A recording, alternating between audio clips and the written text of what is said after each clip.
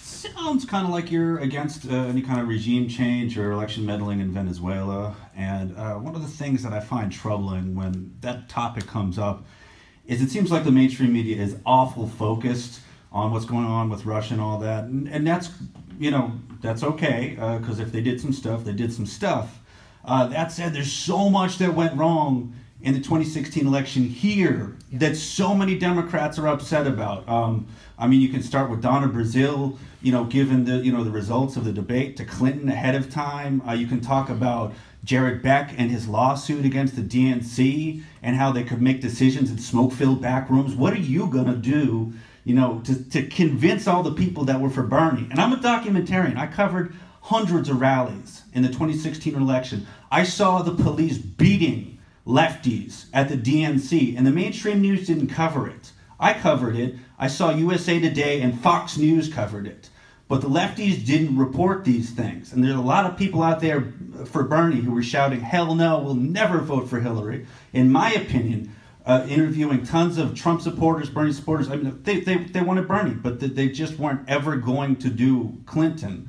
How are you going to get past that hurdle and make sure the DNC doesn't mess it up like they did last time? Thank you.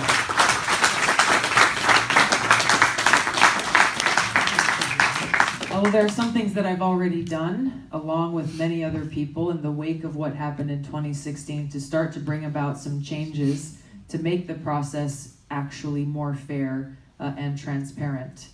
One of those things that we were able to help bring about some change, it didn't go as far as we needed it to, but the change in superdelegates within the DNC was a positive step in the right direction to make it so that our votes actually were counted and not overruled by a superdelegate who's not bound to the wishes of the voters in their state.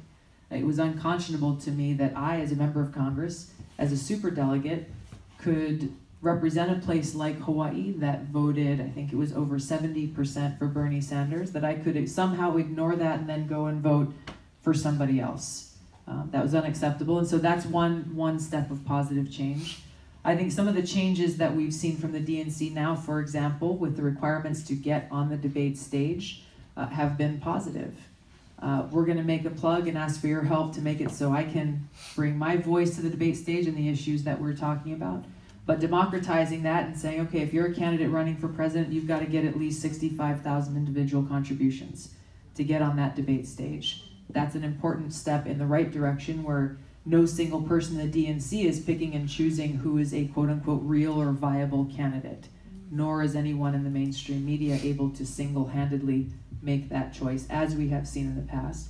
I think we've also seen, coming out of the DNC as a result of the problems that we saw in 2016, a lot more debates happening and more openness in this process, so that we as candidates can engage directly with voters and have those platforms of opportunity to share where we stand on these issues, so that we can have a real debate on these issues, so that you all have the information you need to make this extremely important decision about who should lead our country as President and Commander-in-Chief. You touched on a number of different issues about our elections, and I want to bring up one maybe you were hinting at, but one that very few people are talking about and that Congress has not addressed. One of the most urgent issues that we've got to take care of, especially as we head into 2020, is the fact that our election systems themselves that count our votes is extremely vulnerable to manipulation and hacking.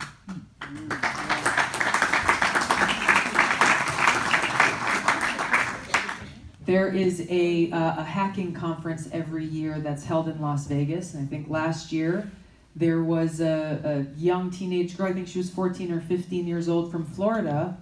13? Thank you. She hacked into a replica of Florida's election system in less than 15 minutes. Less than 15 minutes. So we're not even talking about the might and force of another country. We're talking about a young teenage girl who had the know-how and the ability to hack into and could have changed the vote count in Florida's election system.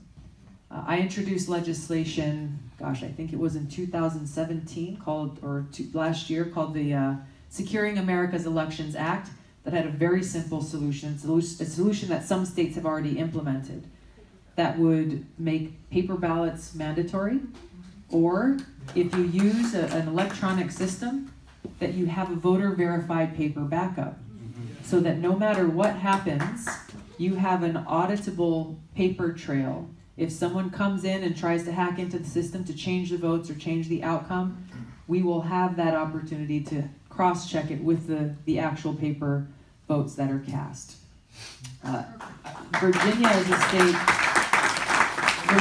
a state that in 2017 saw the results of this hacking conference and said, oh my gosh, they have their state elections off year in the odd years, and so they knew they had to take immediate action to protect themselves from anyone being able to question the outcome of the election, because if our trust in our elections is gone, this undermines the core of our democracy and this process that we have. So they did that. They made that change. They made sure that they had those paper ballots in place.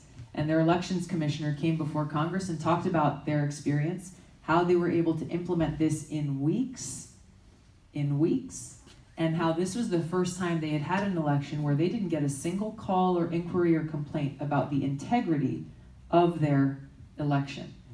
It is so critical that Congress act on this, provide resources to states to make this change, because unless we do this, then this critical election in 2020 could be in jeopardy if that integrity is called into question.